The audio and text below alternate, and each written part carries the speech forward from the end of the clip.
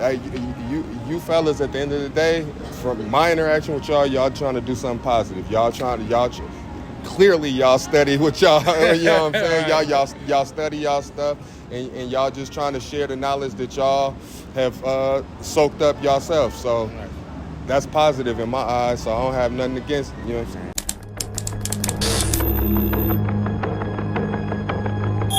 I can tell you that you gotta keep these laws, because if you keep these laws, then what? Everything stops. Then willfully, after we have received the knowledge of the truth, there remaineth no more sacrifice for sins. Yeah, man, we gotta do better.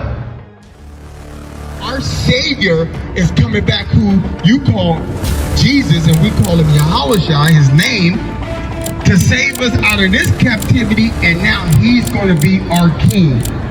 He's gonna be our Lord. It's like how you say fuck God laws but keep America's. How you say all men equal, is no comparing us. Chains on our ankles and feet the way they carried us. Slave ships thrown overboard, they can't bury us. Women whores, men like a men can't even marry us. It's time to turn back to the Lord, no more tarrying. Yahushua coming, can't wait to see all them chariots. Can't wait to see all them. They was going off. They was not listening to God. They was worshiping other gods. And when we do that, our God hides his face from us. People know who we here with. My name Wayne. I'm from Richmond, California, Bay Area. All right. Yeah. All right, for sure, man. Yeah, we talking about Juneteenth. What you had popping for Juneteenth? Nothing specifically, but growing up, like in my city, we always had the Juneteenth celebrations, like at the park, at a big park where I'm from. So yeah, okay. Yeah. Is it a certain level of diversity within those parties and those functions you was dealing with? Not much. Not much. Not okay. much. All not right. much diversity. It's typically melanated black people that's at those functions. You think that white people should be allowed at those celebrations? Allowed? I mean, what they there for? Like it depends on their purpose. What they there for? If they there to learn and support from afar, but I mean, I don't knock them being there, but at the same time, like I said, what's the purpose? Why should they be a part of the celebration when the point of the celebration is the liberation for our people from them? Right. Yeah, for sure. If we talk in 2024,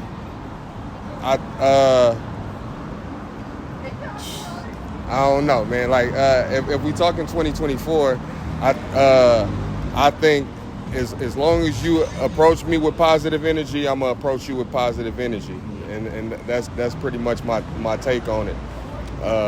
As far as interacting. Does it only seem like they're involved when it's a celebration like that, but they're never involved when it's an issue that we got going on?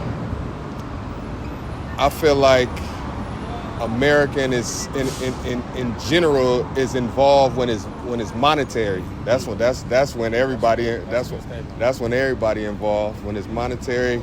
And so whether it's St. Patrick's Day, Juneteenth, 4th of July, if some merch can be sold, then the mass is going to be involved. Yeah. Capitalization. Yeah. You know what I'm saying? I can dig that. Yeah, man, we teaching that so-called black and Hispanic people are the real Israelites of this Bible. Yeah. Right? And with that comes a different level of code and morality that we got to stand up by. When we stick to that code and morality, people can't come against us and triumph over us. But when we deviate from that, we got situations like we had in the 16th century. You know what I'm saying? Right. That slavery that took place on us. So we're trying to encourage our people to get back. So we don't got to deal with, you know what I'm saying, people coming with ulterior motives and agendas with our celebrations, you know what I'm saying? Right. We can get back just to having for us, by us. How you feel about that?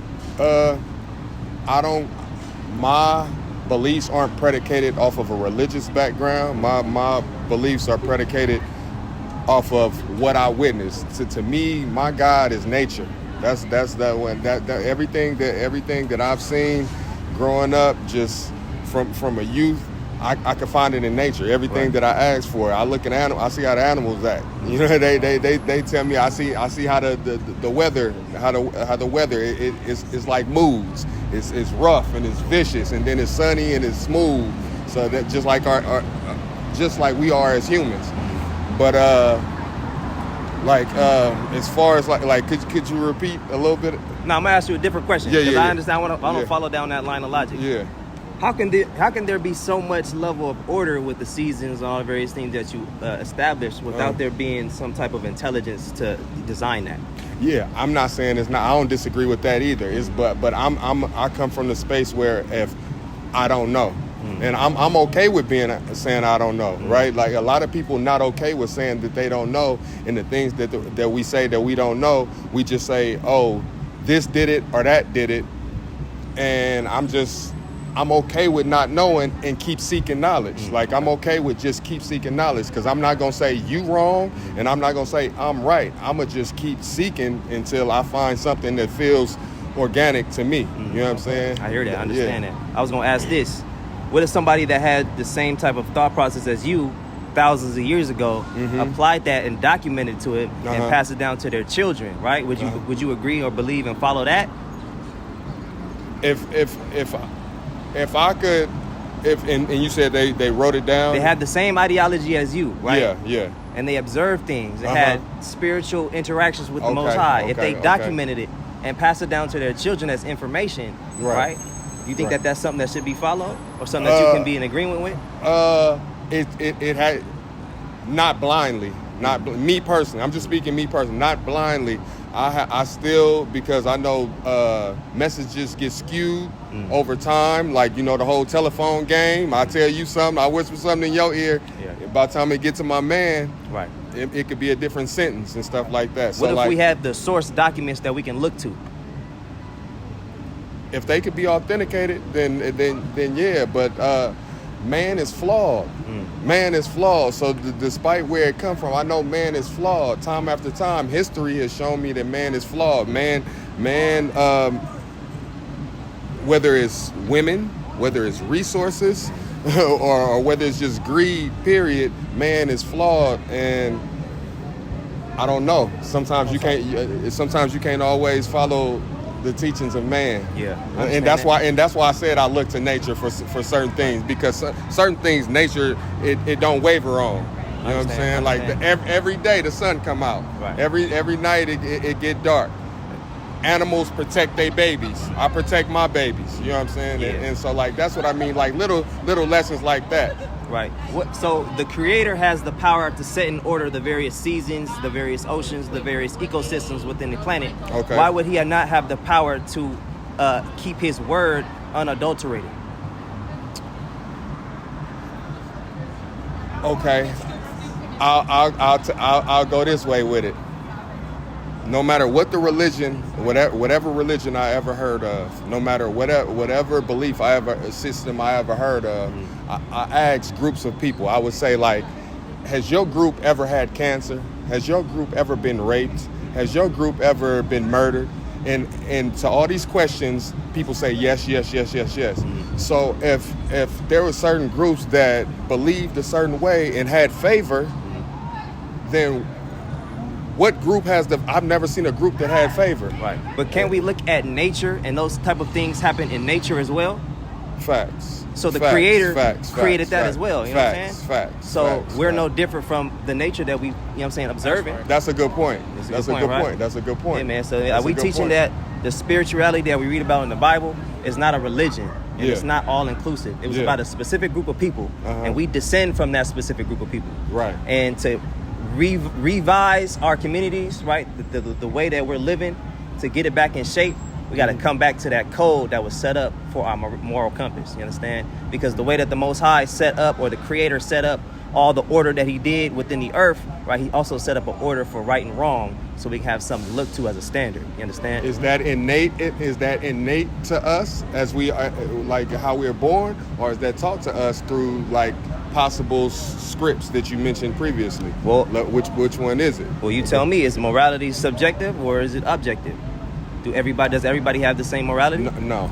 Right. I don't think so. I think it's subjective. Right. Yeah. So but it's based on our environment. It's based on our teachings. It's based on a lot of different factors. So we would have to go with the standard set by the Creator, right?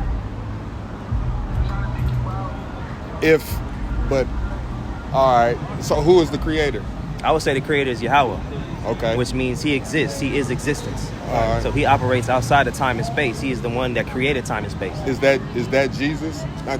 Forgive my ignorance. Yeah, forgive my ignorance.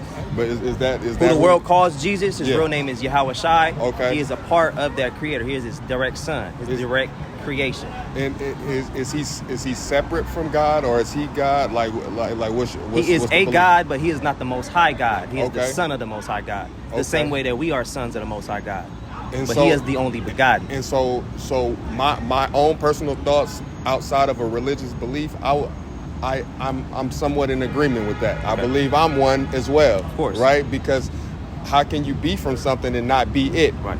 So read that for him real quick. In John chapter 10, the man that you're talking about, Jesus, real name Yahweh Shai, made that same exact statement because that is what our Creator had gave to us already. We already had that knowledge. Right there. We are gods. Right. John chapter 10. I just take it. My mama's 6'1", my daddy's 6'1", I'm 6'7". Right. If my mama was 5'1" and my daddy was 5'1", I probably wouldn't be 6'7". Right. You'd be like me. Yeah. You know what I'm saying? It's the book of John, chapter 10, verse 34. Jesus answered them, "Is it not written in your law? I said ye are gods."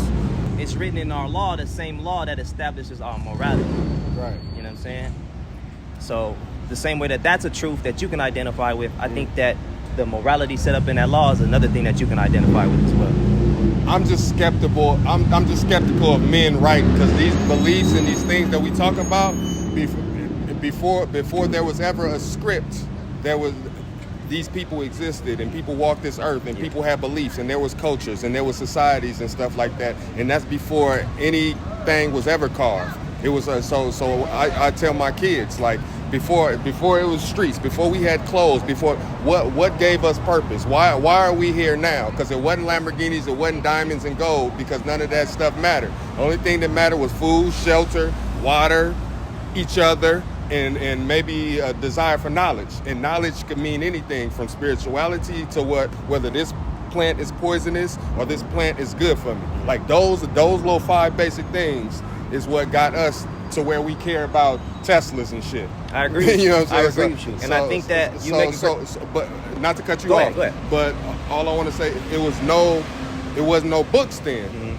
right? So where was the guidance and stuff before? Right. You're talking about an eyewitness, right? But if a group of people had such an eyewitness that was so great, it would be wise for them to write that thing down and pass it down to their children so they can be a part of that same witness. For sure. But isn't it also true that certain cultures leaned in on script, and there was other cultures that leaned in on verbal passing oral down traditions? Stuff? Yeah, oral traditions. Which one do you think is a better process of passing down the information? Woo, that's tough. You just spoke about earlier about the telephone game, right? Yeah. But that's true. But when your words are your culture, and it's going from father to son in your culture without colonization, without all the other little mishaps that happen along the way, and it's your bubble, I think it's stronger and it's more valid. It could be more valid in that situation.